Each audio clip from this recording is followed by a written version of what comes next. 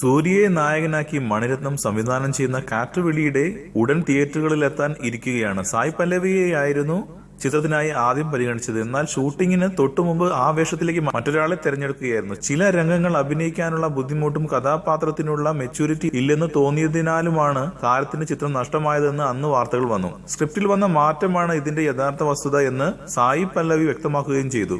ഇപ്പോഴിതാ യഥാർത്ഥത്തിൽ എന്താണ് സംഭവിച്ചത് എന്ന് താരം വ്യക്തമാക്കുന്നു. മണിരത്നം ചിത്രത്തിലെ കഥാപാത്രത്തെക്കുറിച്ച് താൻ കേട്ടിട്ട് പോലുമില്ലെന്നാണ് സായി പല്ലവി പറയുന്നത്. ഒരിക്കൽ മണിരത്നത്തിന്റെ ഓഫീസിൽ നിന്ന് വിളിച്ച് അടുത്ത ചിത്രത്തിലെ നായിക വേഷത്തിനായി പരിഗണിക്കുന്നതായി അറിയിച്ചു. താൻ പഠനത്തിനായി മടങ്ങുന്നതിനിടെ ആയിരുന്നു അത്. പിന്നീട് 6 മാസം കഴിഞ്ഞ് തിരിച്ചെത്തിയപ്പോഴേക്കും സ്ക്രിപ്റ്റിൽ ഒട്ടേറെ മാറ്റങ്ങൾ വന്നുവെന്നും അതിനാൽ മറ്റൊരാളാണ് ആ വേഷത്തിന് ചേരുകയെന്നും അറിയിച്ചു. അതല്ലാതെ താൻ ആ വേഷം എന്തെന്ന് കേൾക്കുക പോലും ചെയ്തിട്ടില്ലെന്നാണ് താരം പറയുന്നത്.